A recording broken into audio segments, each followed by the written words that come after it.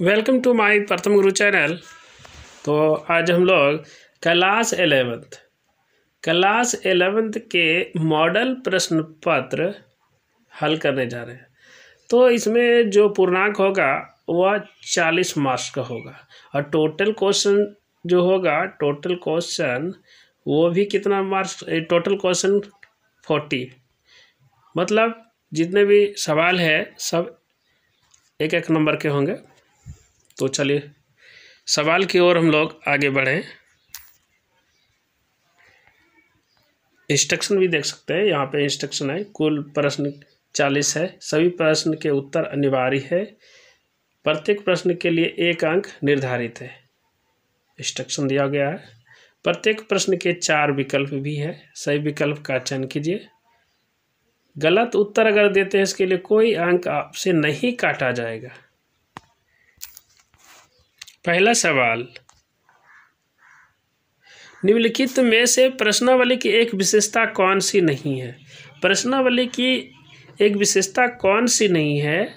यहाँ पे देखिए 4 ऑप्शन दिया है, उसमें से देखना प्रश्नावली लंबी हो सकती है, नहीं, ये भी गलत है। प्रश्नावली में उत्तर का संकेत नहीं मिलना चाहिए।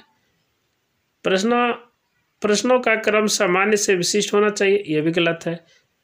प्रश्न स्पष्ट होना चाहिए।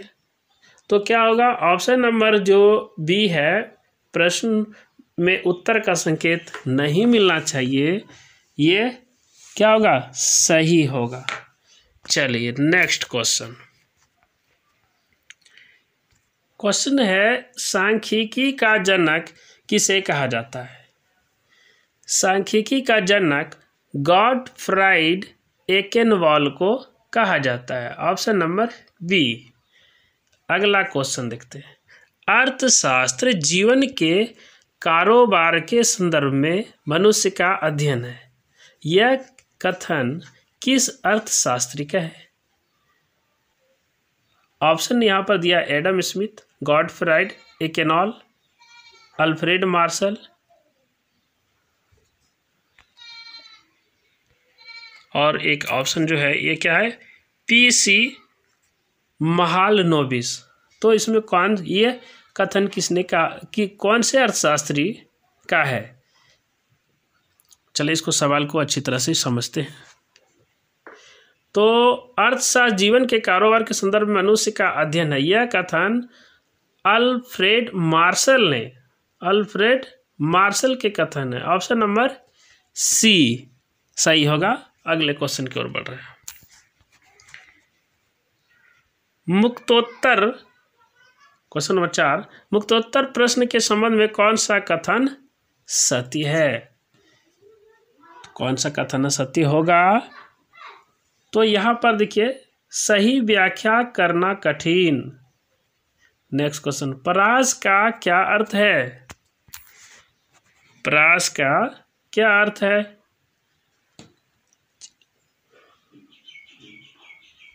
तो देखिए, अधिकतम और न्यूनतम प्रेक्षणों के बीच का अंतर को हम क्या कहते हैं? परास कहते हैं, ऑप्शन नंबर ए सही होगा।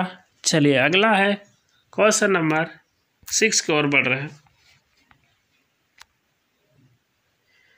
लिंग के आधार पर भारतीय जनसंख्या को पुरुष एवं महिला 2 वर्गों में विभाजित करना निम्न में से किस वर्गीकरण का उदाहरण है? गुणात्मक का, option number D. Next question, किसी सारणी में पंक्ति शीर्षक को क्या कहा जाता है? कोई भी सारणी है, क्वेश्चन है कि किसी सारणी में पंक्ति शीर्षक को क्या कहा जाता है? क्या कहा जाता है? अवशीर्ष, option number C. Next question, आयत चित्र किस प्रकार के चर के लिए बनाए जाते हैं? आयत चित्र संतत चर के लिए बनाए जाते हैं, ऑप्शन नंबर ए सही होगा। अगले क्वेश्चन की ओर चलें। अगला क्वेश्चन वेरी वेरी इंपॉर्टेंट, सभी प्रेक्षणों के मूल्य के योग को प्रेक्षणों की संख्या से भाग देने पर प्राप्त भागफल को क्या कहते हैं? अच्छी तरह से समझेंगे कि सभी प्रेक्षणों के मूल्यों के योग को प्रेक्षणों की संख्या से भाग देने पर प्राप्त भागफल को समांतर माध्य कहते हैं। Option number A. Next question, निम्नलिखित में किस औसत की गणना करने के लिए आंकड़ों को बढ़ते क्रम में रखना अनिवार्य होता है? ऑप्शन समांतर माध्य, माध्यिका, गुणोत्तर माध्य, बहुलक। तो क्या होगा इसका सही आंसर? सही आंसर होगा माध्यिका, ऑप्शन नंबर बी। अगले क्वेश्चन की ओर चलते हैं। निम्नलिखित में कौन सा औसत दिए गए आंकड़ों को 4 बराबर भागों में विभाजित करता है? ऑप्शन क्या? चलिए 11 नंबर का क्वेश्चन बहुत ही प्यारा क्वेश्चन है। तो क्या होगा आंसर? चतुर्थक, ऑप्शन नंबर सी। अगला क्वेश्चन देखिए, मानक विचलन के सापेक्ष माप को क्या कहा जाता है? क्या कहा जाता है? परास गुणांक, विचलन गुणांक,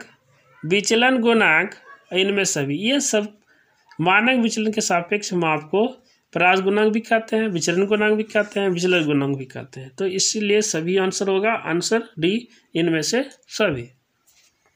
चले आगे क्वेश्चन की ओर। 13 नंबर, निम्नलिखित में किस माप की गणना में प्रेक्षणों के औसत से विचलनों के निरपेक्ष मान को लिया जाता है? माध्य विचलन से, ऑप्शन नंबर बी, माध्य विचलन। चलिए आगे क्वेश्चन बढ़ते हैं आगे की ओर। बोलता है, यदि किसी आंकड़ों का मानक विचलन 16 तथा समांतर माध्य 50 है तो विचरण गुणांक का मान क्या होगा? तो बहुत ही इंपॉर्टेंट क्वेश्चन है और इसे बनाना भी बहुत ही आसान है। तो देखिए, विचरण गुणांक का फॉर्मूला क्या होता है उसको समझेंगे। पहला है मानक, क्या है पहला? मानक विचलन। मानक विचलन लिखेंगे, मानक विचलन बटे क्या होगा? समांतर माध्य। यहाँ पे समांतर, हालांकि लिखने में परेशानी हो रहा है, समांतर माध्य गुना 100, ये फार्मूला हो गया किसका? विचरण गुणांक का। तो इसमें कैसे बैठाएंगे? देखिए, यहाँ दिया हुआ मानक विचलन 16 दिया हुआ, तो यहाँ 16 बैठा देंगे, बटे समांतर माध्य कितना दिया है? 50, बैठा दिए, गुना 100। कोई दिक्कत? इसको कटा देंगे तो 50 दूना 100, तो 16 दूना 32, तो क्या होगा? 32%। क्या हो गया? 32%। तो आंसर इसमें क्या होगा? Option number D. समझ गए होंगे कितना आसान है। चलिए क्वेश्चन नंबर अगला। क्वेश्चन नंबर अगला क्या है? सहसंबंध गुणांक दो चरों के बीच किस प्रकार के सहसंबंध का संख्यात्मक माप है? किसका है? रेखीय सहसंबंध का, option number B. Next question, यदि दो चरों के बीच सहसंबंध पूर्णतः धनात्मक है तो सहसंबंध गुणात्मक, फिर से क्वेश्चन एक बार देख लें। यदि दो चरों के बीच सहसंबंध पूर्णतः धनात्मक है तो सहसंबंध गुणांक का मान क्या होगा? तो क्या होगा? 1 होगा, ऑप्शन नंबर बी।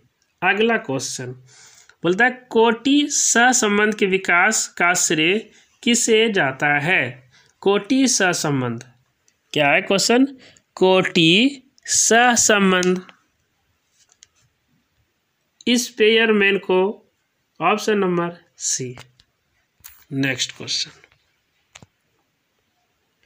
निम्न में से कौन सा सूचकांक खुदरा कीमतों में औसत परिवर्तन को मापता है? उपभोक्ता कीमत सूचकांक, ऑप्शन नंबर डी। चलिए अगला बढ़ते हैं अगले क्वेश्चन की ओर। ले स्पेयर का कीमत सूचकांक में किसे भार के रूप में प्रयुक्त किया जाता है? ले स्पेयर का कीमत सूचकांक में आधार अवधि की मात्रा, आंसर नंबर डी। अगले क्वेश्चन, मदों के सापेक्षिक महत्व को बताने वाले सूचकांक को क्या कहा जाता है? मदों के सापेक्षिक महत्व को बताने वाले सूचकांक को क्या कहा जाता है? क्या कहा जाता है? सरल समूहित सूचकांक, ये भी कहा जाता है। दूसरा सरल मूल्यानुपात सूचकांक, ये भी। भारित सूचकांक, ये भी। मतलब इसमें सभी। Option number D, all of these. Next, अर्थव्यवस्था का प्राथमिक क्षेत्र किससे संबंधित है? अर्थव्यवस्था का प्राथमिक क्षेत्र किससे संबंधित है? कृषि से। अर्थव्यवस्था का जो भी प्राथमिक क्षेत्र है तो किसे है? कृषि से है। Very very important. अगले क्वेश्चन देखिए, ये भी बहुत इंपॉर्टेंट है, कई बार एग्जाम में पूछा जा चुका है और पूछने की संभावना भी है। योजना आयोग का गठन किस वर्ष किया गया था? योजना आयोग, क्वेश्चन है योजना आयोग का गठन किस वर्ष किया गया था? तो 1950 में गठन किया गया था। चलिए अगला क्वेश्चन, भारत की अंतिम पंचवर्ष योजना कौन सी है? तो कौन सी है? 12वीं पंचवर्ष योजना, option number C. Next question, भारत में नई आर्थिक नीति की शुरुआत किस वर्ष की गई? किस वर्ष की गई? 1991 ईस्वी को। चलिए अगला क्वेश्चन, एकदम प्यारा क्वेश्चन, विनिवेश का उद्देश्य क्या है? विनिवेश क्या है? विनिवेश का उद्देश्य क्या है? क्या उद्देश्य है? वित्तीय अनुशासन बढ़ाना, आधुनिकीकरण में सहायता देना, सरकार द्वारा आय एकत्रित करना, ये सभी है। तो क्या होगा? ऑप्शन नंबर डी होगा, इनमें से सभी। Answer D number, all of these. अगला क्वेश्चन, ये भी बहुत इंपॉर्टेंट क्वेश्चन है। विश्व व्यापार संगठन WTO की स्थापना किस वर्ष की गई? एकदम बहुत बहुत इंपॉर्टेंट क्वेश्चन है। किस वर्ष की गई? 1995 में। अगला क्वेश्चन, ग्रामीण जनता की आजीविका का मुख्य आधार क्या है? ग्रामीण जनता की बात कर रहे हैं। ग्रामीण जनता की आजीविका का मुख्य आधार क्या है? क्या है? तो ये बहुत ही इंपॉर्टेंट क्वेश्चन है। क्या है? कृषि। ग्रामीण जनता के जो आजीविका है वो क्या है? कृषि। अगला क्वेश्चन, निम्न में से कौन सा देश कपास का सबसे बड़ा उत्पादक देश है? जो ऑप्शन दिया गया है इसमें से सबसे बड़ा कपास उत्पादक देश कौन सा है? कौन सा है? तो भारत है, ऑप्शन नंबर डी। भारत में सबसे ज़्यादा कपास का उत्पादन होता है। आगे बढ़ते हैं, इसको आप अच्छी तरह देख लेंगे, वेरी वेरी इम्पॉर्टेंट के नज़रिया से। ठीक है, महात्मा गांधी राष्ट्रीय ग्रामीण रोजगार गारंटी अधिनियम किस वर्ष पारित हुआ था? किस वर्ष पारित हुआ था? ये देख सकते हैं 2005 को, ऑप्शन नंबर डी। चलिए अगला क्वेश्चन, निम्न में कौन सा मानव पूंजी नहीं है? ठीक है, क्वेश्चन क्या बोल रहा है? निम्न में कौन सा मानव पूंजी नहीं है? इंजीनियर, कंप्यूटर, डॉक्टर, शिक्षक। तो इसमें से कंप्यूटर जो है मानव पूंजी नहीं है, आंसर होगा कंप्यूटर। आगे की ओर चले, मानव विकास है, मानव विकास है, साधन एवं साध्य दोनों। Option number C. Next question की ओर चले। अगला क्वेश्चन, ज्ञान आधारित अर्थव्यवस्था के रूप में भारत के रूपांतरित होने के लिए निम्न में से कौन सा कारक उत्तरदायी है? कौन सा कारक उत्तरदायी है? परिवहन का विकास, शहरीकरण, सूचना और प्रौद्योगिकी का विकास, इनमें सभी। ऑप्शन नंबर डी, इनमें सभी होगा। अगला क्वेश्चन, आधारिक संरचना के अंतर्गत आता है। आधारिक संरचना के अंतर्गत बिजली, सिंचाई, सड़कों का निर्माण, ये सभी के सभी आते हैं। तो क्या होगा? ऑप्शन नंबर डी, उपर्युक्त सभी। आगे की ओर चले।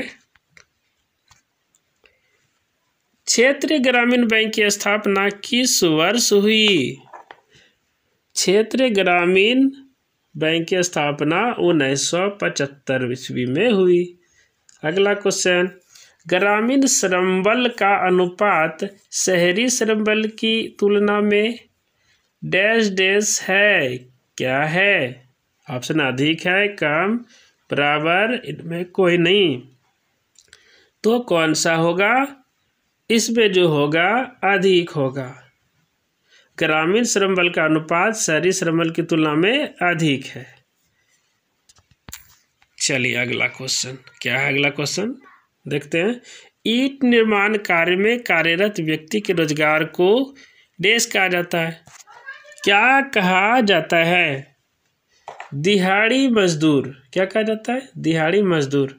नेक्स्ट क्वेश्चन, इनमें कौन ऊर्जा का गैर परंपरागत स्रोत है? कौन है? ताप बिजली, पन बिजली, सौर ऊर्जा, कोयला। तो क्या होगा? सौर ऊर्जा होगा। इनमें कौन ऊर्जा का गैर परंपरागत स्रोत है? सौर ऊर्जा। नेक्स्ट क्वेश्चन, इनमें से कौन स्वास्थ्य के निर्धारण का सूचकांक है? स्वास्थ्य के निर्धारण के लिए सूचकांक कौन सा होगा? तो शिशु मृत्यु दर होगा। Option number A. अगला क्वेश्चन, जैविक खाद को खेती के लिए सबसे उपयुक्त क्यों माना जाता है? ऑप्शन देख लीजिए, यह हल्का है, यह महंगा है, इनमें रासायनिक पदार्थ नहीं है, यह कम लगता है। सबसे महत्वपूर्ण बात क्या है? देखिए कि जैविक खाद में कोई भी रसायनों का मिलावट नहीं किया जाता है, मतलब ये रासायनिक पदार्थ नहीं है। ऑप्शन नंबर सी बिल्कुल सही। अगला क्वेश्चन, सार्क का गठन कब हुआ? सार्क का गठन 8 दिसंबर 1985 ईस्वी को हुआ था। ऑप्शन नंबर ए सही होगा। थैंक्स।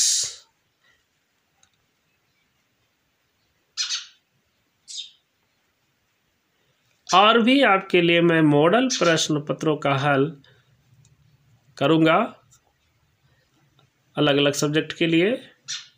तब तक के लिए आप सभी को बहुत बहुत धन्यवाद। अपने पढ़ें और अपने दोस्तों को भी शेयर करें।